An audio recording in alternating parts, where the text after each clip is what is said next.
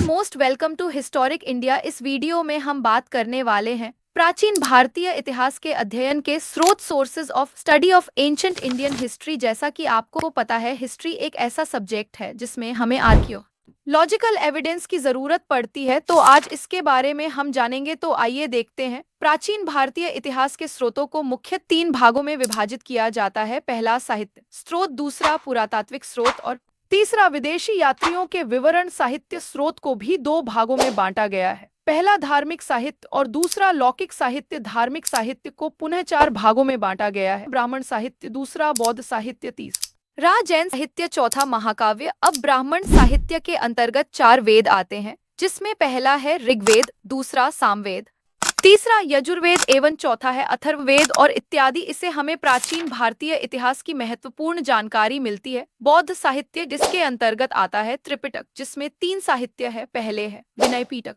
दूसरा सूत पिटक एवं तीसरा अधिधम्म पिटक। इसे हमें प्राचीन भारतीय इतिहास, विशेषकर बुद्धकालीन समाज, राजनीति एवं धार्मिक स्थिति के बारे में महत्वपूर्ण जानकारी मिलती है। जैन साहित्य को आगम कहा जाता है, जिसमें 12 उपांग, 10 प्रकीर्ण एवं 14 पर्व आते हैं। इससे हमें प्राचीन भारतीय इतिहास, विशेषकर महावीर स्वामी कालीन समाज एवं संस्कृति की जानकारी प्राप्त होती है। महाकाव्य प्राचीन भारतीय इतिहास की जानकारी के 2 अन्य प्रमुख ग्रंथ महाकाव्य रामायण एवं महाभारत है। इसे भी हमें राजनीति, समाज, संस्कृत एवं अर्थव्यवस्था की महत्वपूर्ण जानकारी मिलती है। तो ये थे धार्मिक साहित्य स्रोत। अब हम बात करेंगे लौकिक साहित्य के बारे में। लौकिक साहित्य के अंतर्गत ऐतिहासिक, अर्धऐतिहासिक एवं जीवनियों को लिया जाता है, जैसे कि अर्थशास्त्र, जो कौटिल्य यानी चाणक्य ने लिखा था। दूसरा राजतरंगिणी कल्हण ने लिखा था। अब हम जानेंगे पुरातात्विक स्रोत के बारे में।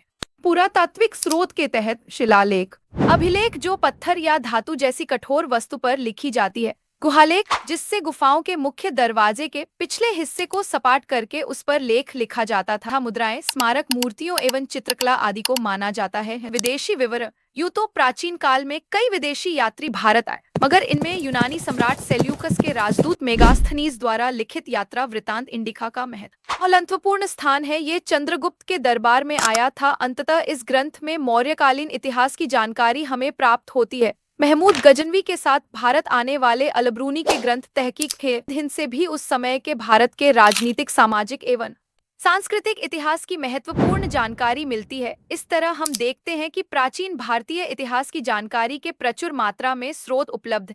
अगर आपको हमारे वीडियो से इतिहास की कुछ जानकारी प्राप्त हुई हो तो हमारे चैनल को सब्सक्राइब कर